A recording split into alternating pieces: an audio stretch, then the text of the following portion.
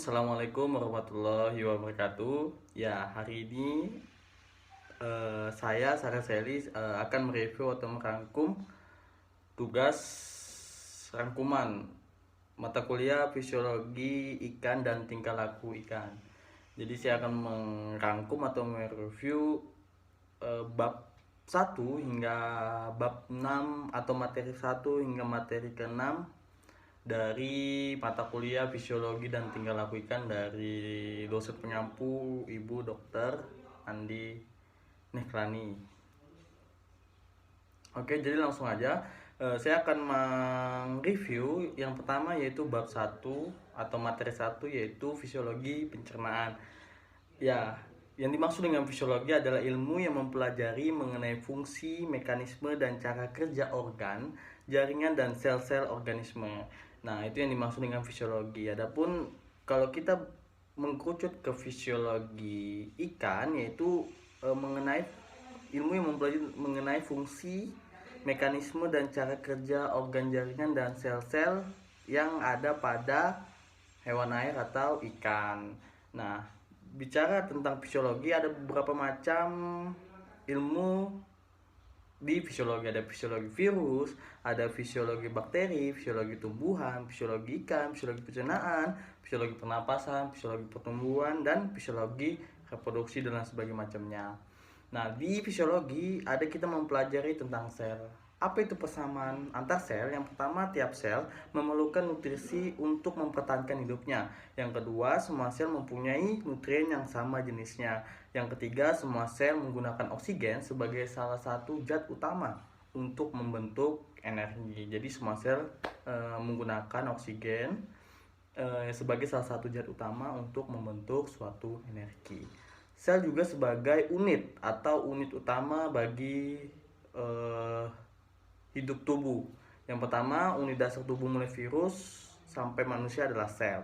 Yang kedua, tiap organ merupakan kumpulan banyak sel yang tidak bisa atau tidak sama bersama-sama digabungkan oleh struktur penyokong intersel. Yang ketiga, tiap-tiap jenis sel secara khusus beradaptasi untuk melakukan suatu fungsi tertentu. Nah, di dalam fisiologi juga kita akan mempelajari yang pertama difusi, yang kedua osmosis, dan yang ketiga eksositosis. Kita mulai yang pertama yaitu difusi. Apa itu difusi?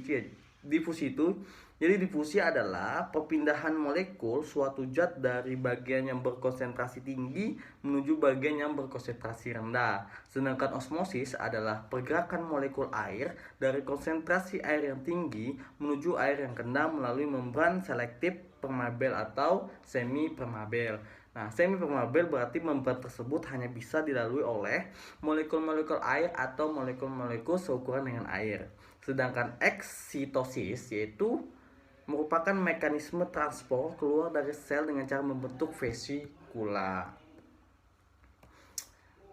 Nah, masuk kita ke ikan. Ikan sebagai hewan air, satu, memiliki beberapa mekanisme fisiologi yang tidak dimiliki hewan darat. Yang kedua, perbedaan habitat menyebabkan perkembangan organ-organ ikan disesuaikan dengan kondisi lingkungan. Yang ketiga, perbedaan konsentrasi antara medium tempat hidup dan konsentrasi cairan tubuh memaksa ikan melakukan osmoregulasi untuk mempertahankan konsentrasi cairan tubuh akibat difusi dan osmosis.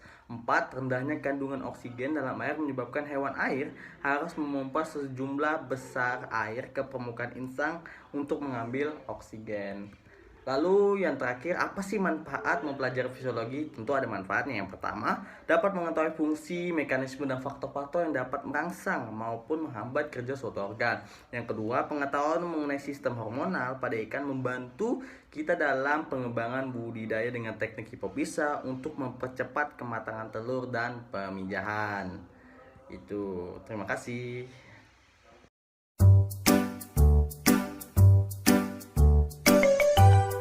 Oke, selanjutnya kita masuk ke materi kedua, yaitu yang berjudul organ pencernaan. Ya, sebelum kita masuk lebih lanjut atau lebih dalam mengenai organ pencernaan, kita harus mengetahui dulu kategori-kategori hewan yang berdasarkan apa yang dominan dimakan.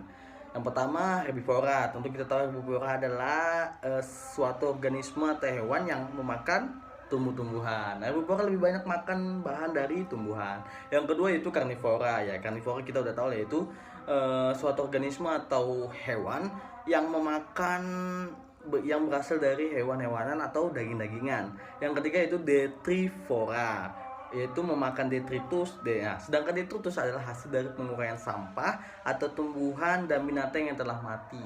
Nah, contoh dari detritus antara lain yaitu guguran daun, batang pohon yang telah mati, bangkai hewan yang mati, dan lain sebagainya macamnya. Ini contohnya yaitu bakteri. Seperti itu. Yang keempat yaitu omnivora. Nah, omnivora ini yaitu memakan kombinasi antara tumbuhan dan hewan. Jadi dia bisa memakan antara hewan dan tumbuhan.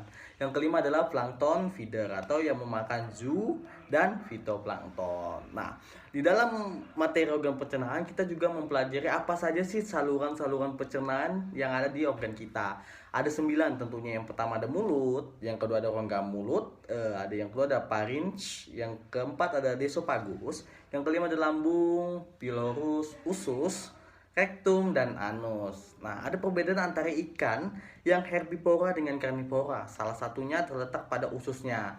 Apabila usus ikan pendek, maka ikan tersebut tergolong pemakan daging atau karnivora. Sedangkan ikan yang ususnya lebih panjang dari tubuhnya, maka ikan tersebut tergolong jenis pemakan tumbuh-tumbuhan atau herbivora. Nah, di saluran pencernaan juga kita juga akan mempelajari yang tadi saya sebutkan ada 9 macam. Yang pertama yaitu posisi mulut. Nah, posisi mulut pada ikan bermacam-macam, antara lain yang pertama terminal, yaitu mulut terletak di ujung hidung, contoh ikan mas. Nah, yang kedua ada subterminal, yaitu mulut terletak dekat ujung hidung, contohnya ikan kuro. Yang ketiga ada ikan bentuk superior, yaitu mulut terletak di atas hidung, contohnya ikan julung-julung. Yang keempat ada itu interior, yaitu mulut terletak di bawah hidung, contohnya ikan pari. Dan ada beberapa bentuk-bentuk mulut ikan, antara lain dapat disembulkan, yang kedua mulut gergaji, dan ketiga mulut tabun. Nah, di rongga mulut juga pada lapisan permukaan terdapat sel-sel penghasil lendir. Pada langit-langit di belakang terdapat organ palatin yang berfungsi untuk mengatur kelebihan dan pemompaan air. Ada beberapa bentuk gigi juga pada ikan. Yang pertama caniform, molaform, filiform, dan candiform. Lanjut kita masuk ke bagian dari saluran pencernaan, organ pencernaan maksudnya, yaitu pharynx. Nah, pharynx ini merupakan bagian kanan kiri segmen faring terdapat insang atau tapis insang, tempat terjadinya penyaringan makanan. Nah, di pharynx juga tempat terjadinya penyaringan makanan pada suatu organisme. Nah, itu ada juga esophagus yang tadi saya sebutkan, yaitu esophagus yaitu permulaan dari saluran pencernaan yang berbentuk pipa. Juga mengandung lendir untuk membantu penelanan makanan yang dilakukan oleh organisme. Juga pada ikan laut, esophagus berperan dalam penyerapan garam melalui difusi pasif, plan aktif ya. Selanjutnya ada lambung.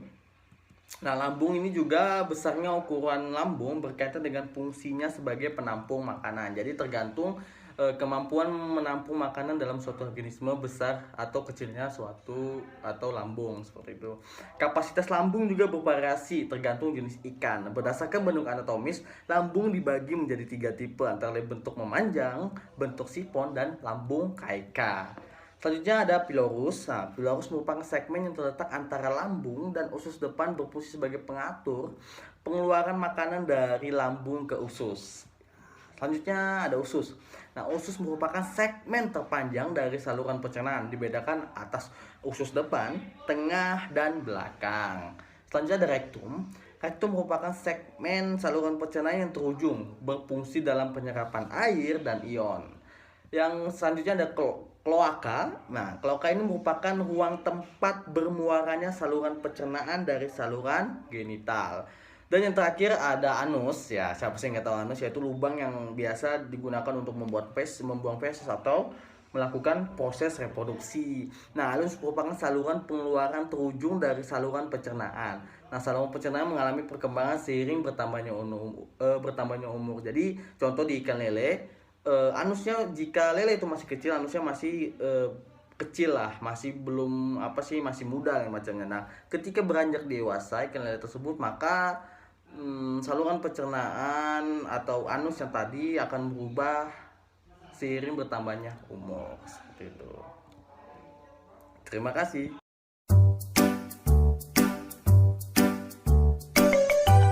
Oke, selanjutnya saya akan mereview atau merangkum materi yang ketiga yang berjudul enzim pencernaan. Ya, sebelum kita memasuki lebih dalam mengenai enzim pencernaan, kita harus lebih dahulu mengetahui apa itu pencernaan. Jadi pencernaan adalah penyederhanaan makanan mekanisme fisik dan kimiawi agar mudah diserap dan diedarkan melalui peredaran darah. Nah, mekanisme pencernaan fisik apa aja sih? Yang pertama ada pergerakan makanan pada saluran pencernaan. Antara lain itu pertama ada gerak peristaltik, yaitu gerakan mendorong saluran cerna pegangan akibat mengumpulnya sejumlah makanan bergerak sepanjang saluran cerna. Yang kedua adalah gerakan segmentasi, yaitu kontraksi pencampuran makanan dalam usus menghasilkan gerakan bolak-balik dan menekan pada ujung jonjot. Nah, selanjutnya kita akan mengetahui tentang enzim ya. Siapa sih nggak tahu enzim? Kan biasa kita dengar enzim itu, enzim adalah katalisator, bersifat katalisator gitu ya dalam tubuh kita. Jadi enzim itu sebagai katalisator biologis dalam reaksi kimia dalam kehidupan. Juga bahan dasar enzim itu protein. Apa sih fungsi enzim ya?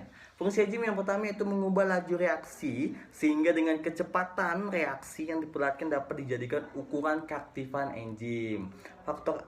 Faktor yang mempengaruhi aktivitas enzim juga yaitu yang pertama konsentrasi enzim dan substrat. Yang kedua ada suhu lingkungan atau suhu badan juga. Yang ketiga ada pH dan yang terakhir ada inhibitor. Aktivitas enzim juga ada yang berpengaruh beberapa faktor atau tergantung pada yang pertama konsentrasi enzim dan substrat. Yang kedua ada suhu 0 derajat sampai dengan 40 derajat. Kecepatan reaksi meningkat seiring meningkatnya suhu di atas 45 derajat. Peningkatan suhu menurunkan kecepatan reaksi karena denaturasi. Dan yang ketiga ada pH.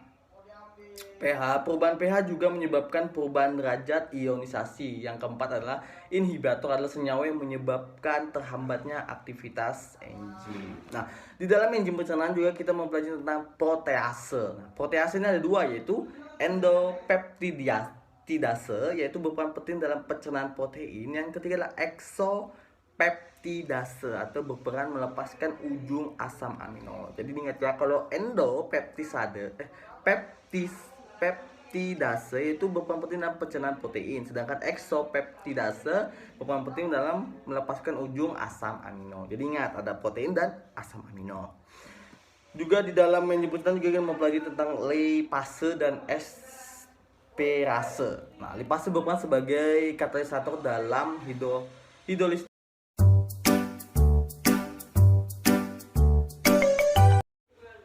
Oke, selanjutnya saya akan membahas atau mereview atau merangkum materi yang keempat, yang yaitu berjudul pergerakan makanan pada saluran pencernaan. Nah, di dalam pergerakan makanan pada saluran pencernaan ada faktor-faktor yang merangsang ikan untuk makan. Yang pertama dari dalam, yaitu adanya rasa lapar pada ikan. Yang kedua dari luar, yaitu adanya rangsangan untuk makan yang diterima oleh organ penerima. Berdasarkan cara makan, ikan dapat dikelompokkan dalam pertama predator, yang kedua grazer, yang ketiga filter feeder, ya, yang keempat ada sucker, dan yang kelima ada parasit. Nah, saluran pencernaan juga memiliki dua lapisan otot, yaitu yang pertama otot memanjang, yang kedua otot melingkar. Ya, itu aja. Selanjutnya pergerakan makanan pada saluran pencernaan. Laju pencernaan adalah lamanya waktu untuk mencerna makanan. Pergerakan makanan pada saluran dapat didekati melalui pengukuran laju pencernaan. Adanya gambaran tentang pergerakan makanan pada saluran pencernaan menunjukkan bahwa makanan yang dikonsumsi akan mengalami proses yang bertahap sehingga akhirnya akan dimanfaatkan oleh tubuh dan komponen yang tidak dapat dicerna akan dibuang keluar tubuh melalui anus. Ya, seperti itu. Itulah yang sedikit rangkuman atau review dari materi keempat mengenai.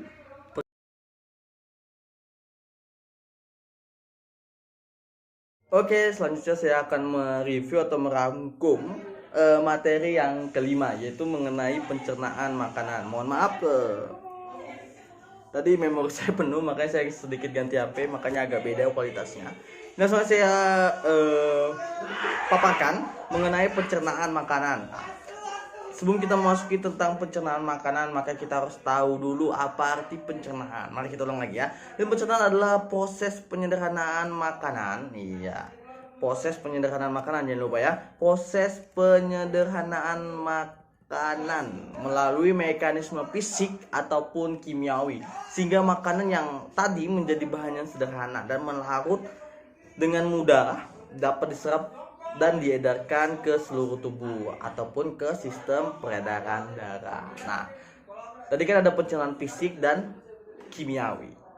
Yang pertama ada pencernaan fisik ya. Apa sih pencernaan fisik? Contohnya seperti apa itu? Perubahan makanan dari yang asalnya bersifat kompleks menjadi senyawa sederhana. Juga tadi ada juga pencernaan kimiawi, yaitu asalnya yang bersifat makro menjadi partikel mikro.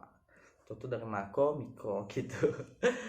Juga enzim juga berperan dalam pencernaan makanan karena enzim sebagai katalisator biologis dalam reaksi kimia juga dibutuhkan dalam kehidupan. Berdasarkan organ yang menghasilkan enzim dibagi atas 3, yaitu enzim lambung, enzim pankreas, dan enzim usus gitu. Ya, itu tadi yang sedikit mereview atau merangkum kembali mengenai materi pencernaan makanan. Jadi jangan lupakan apa itu pengertian makanan, juga jangan lupakan apa itu pengertian pencernaan fisika, juga ada juga pencernaan kimiawi. Dan jangan lupa apa tadi enzim sebagai katalisator biologis yang dalam reaksi kimianya sangat dibutuhkan dalam kehidupan. Juga ternyata enzim ini juga dibutuhkan dalam proses pencernaan makanan, karena di enzim juga berdasarkan organnya juga menghasilkan atau juga dibagi atas 3 bagian. Itu ada tadi yang saya sebutkan, ada enzim lambung, enzim pankreas, dan enzim usus. Ya, mungkin itu saja. Terima kasih.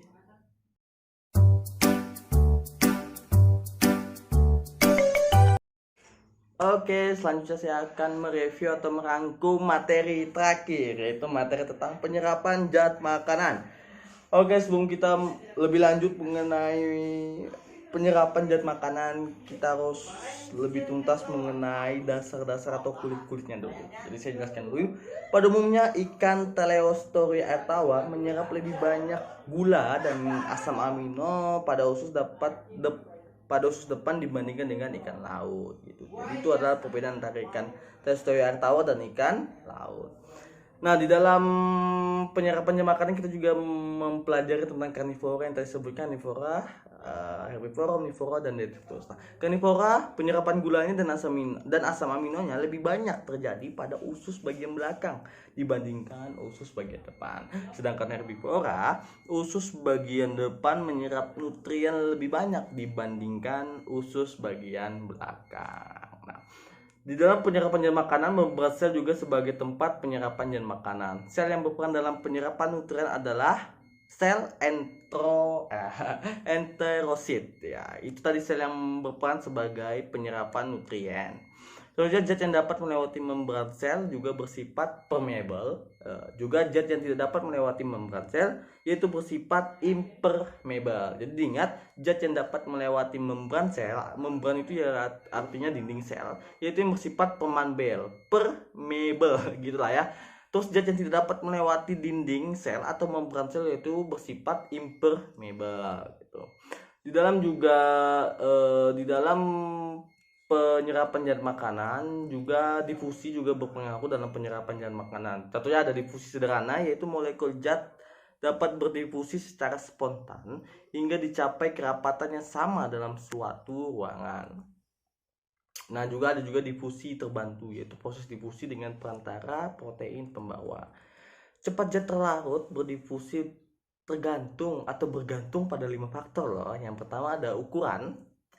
Contohnya ukuran apa sih namanya tuh, cepat zat terlarut lah ukurannya lah. Yang kedua ada suhu, yang ketiga ada perbedaan gradien konsentrasi, yang keempat ada muatan, dan yang terakhir ada tekanan. Nah, di dalam penyerapan zat makanan juga kita belajar tentang osmosis ya, yang merupakan perpindahan pelarut atau air melalui membran permeable. Nah, membran permeable yang tadi dapat menembus membran atau dinding sel dari konsentrasi pelarut tinggi atau hipotonik menuju konsentrasi pelarut rendah atau hipotonik. Wah, itu ternyata perbedaan antara pelarut rendah dan pelarut tinggi. Pelarut tinggi yaitu hipotonik dan pelarut rendah adalah hipotonik. Jangan lupa ya, hiper dan hipo.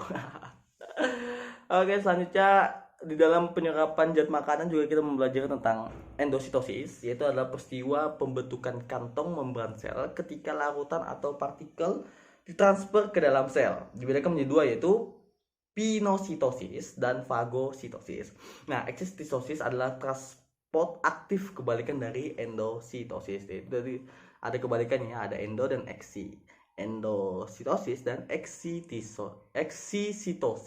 Susah banget sih. Ya, di dalam penyerapan zat makanan kita ada juga mempelajari tentang penyerapan protein, lemak, karbohidrat, vitamin dan mineral. Nah, makanan yang sudah dicerna halus sekali kemudian sari-sarinya akan diserap oleh dinding usus, dan penyerapan yang utama terjadi di dalam usus. Ternyata usus merupakan penyerapan utama yang terjadi pada zat makanan. Jadi buat kalian harus dipertahankan tuh usus. Contohnya minum Yakult. Nah, bercanda. Jadi jangan lupa dijaga ususnya biar penyerapan zat makanannya berlangsung dengan baik. Ya mungkin itu saja review hari ini. Sekian review dari saya. Semoga buat kalian bermanfaat, bagi penonton khususnya bermanfaat. Apabila ada kesalahan dalam merangkum atau mereview saya mohon maaf, karena kesalahan jujur berasal dari saya dan kebenaran ini berasal dari Tuhan Yang Maha Kuasa. Terima kasih sekali lagi, semoga bermanfaat. Jangan lupa senyum, jangan lupa makan, bila taufiq wal hidayah, dan satu lagi jangan lupa di rumah aja. Bila taufiq wal hidayah. Wassalamualaikum warahmatullahi wabarakatuh. Terima kasih. Salam mahasiswa, hidup mahasiswa. Jadi di laut, makmur di darat. Imakwa.